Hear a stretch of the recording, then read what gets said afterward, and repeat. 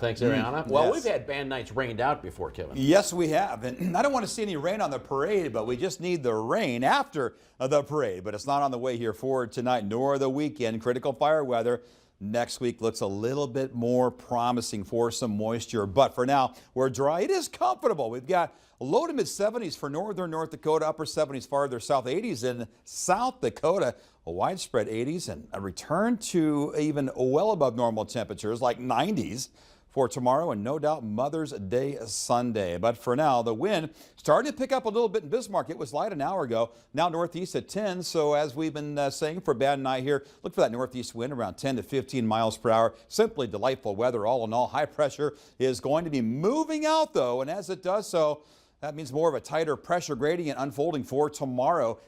High moves off toward the east, low pressure moving in from the west here. That tighter gradient here allowing for a southerly wind for tomorrow into Monday. South winds for Saturday between 20 and 30 miles per hour. Breezy, very, very dry conditions here. And dry air heats up a lot more rapidly than air with moisture in it. Kind of like the desert for the weekend here. 80s and 90s are on the way.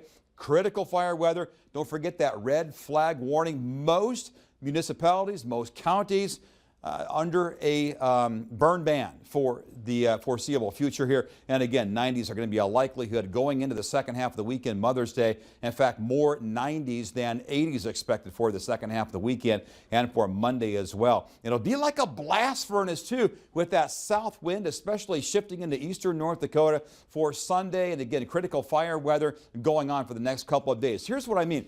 This is the humidity forecast. Now, the drier or the lower the numbers, the drier the air, the more comfortable it is, but it also is more conducive for fires to really get out of control here with that humidity only around 10 to 15% for tomorrow afternoon at 4 o'clock is a snapshot here. Let's advance another 24 hours to 4 o'clock on Sunday afternoon. Look at this, around 10% humidity, and it's going to feel like Phoenix as far as the dryness of the air, and that's one reason our temps are going to be soaring, and some could be closing in on 100 degrees. I think the highest probability for that, if it were to happen, would be around Minot, north central North Dakota. Look at that, 97 for Sunday and Monday. Should we reach that century mark? I hope we don't, but it could be a new record by 11 days in the Magic City. Prior 1928, May 22nd. So we need a break, and there could be one on the way here. In fact, for some, as a western North Dakota average, could have highs in the 50s for Thursday and Friday,